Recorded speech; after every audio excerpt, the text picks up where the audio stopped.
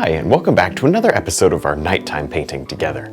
Now, last week you guys chose to do a beautiful cabin with the lights reflected down into the water. I can't wait to do it, so let's get started. Now, as you can see, I have a basic sketch of a little cabin or house up here, and I'm going to now load up our little detail brush with a little bit of brown and some yellow and white. Not too much yellow and white, and obviously I've got a dirty palette here I was painting earlier today. So that's the reason, and that's fine. Now our painting is pretty much fully dry, and that's good. I just spent a couple minutes here working on the sketch, and I'm gonna now just put my hand on the canvas, because this is a small building.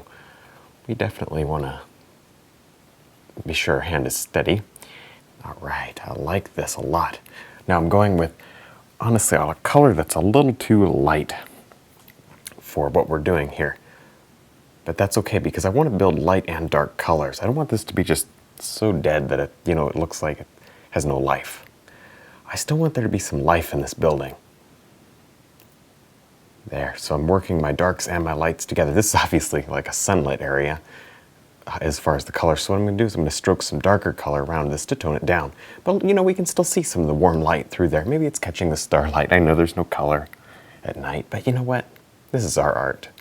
And if in our little painting we want it to have a little more color than it should, we're going to do it. There you go. I just want it to be a lot of fun. There. Our shadows should be very dark.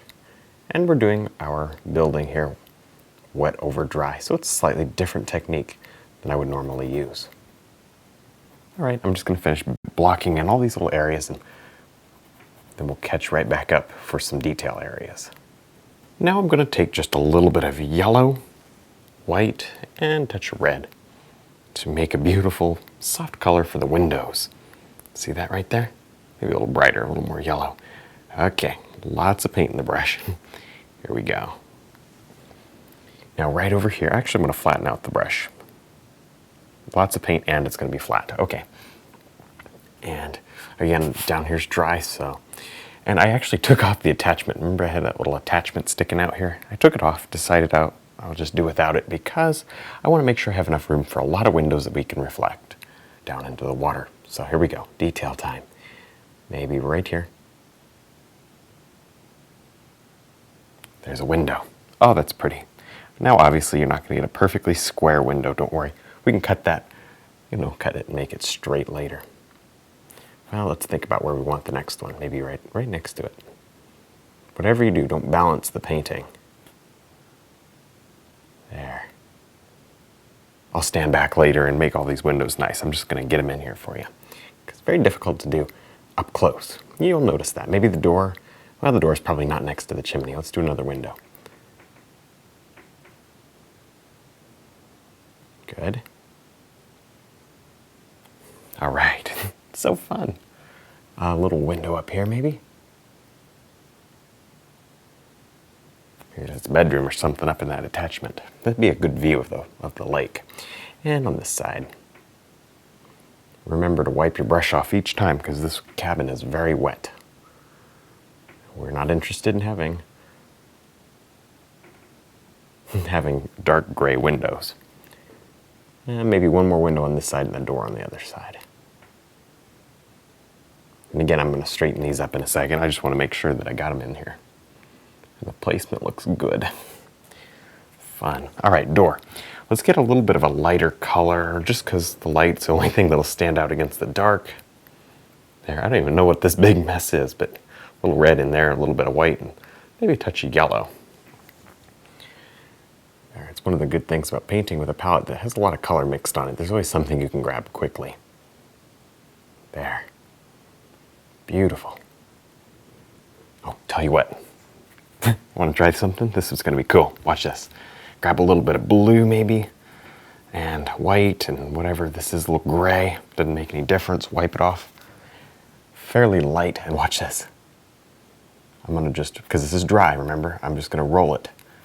It's called dry brush blending. I'm going to roll some of this smoke right up and into the painting. Don't go out of the painting. It comes into the painting. Nice. Now I'm going to take just a little bit of red and yellow together here on the detail round. A little bit of white maybe to lighten it. I don't want it, I don't want it so bright that it's crazy, but I do want it to show up, so there we go. Something like that right in there. Okay, now with this color on the detail round, I'm going to start picking out areas where this light is coming down and touching the cabin. So here we go.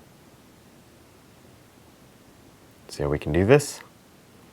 Just touch down. Okay, I need a little more red into that just because I think it needs it. There you go. And it's there because it's pretty and it works. Right over here.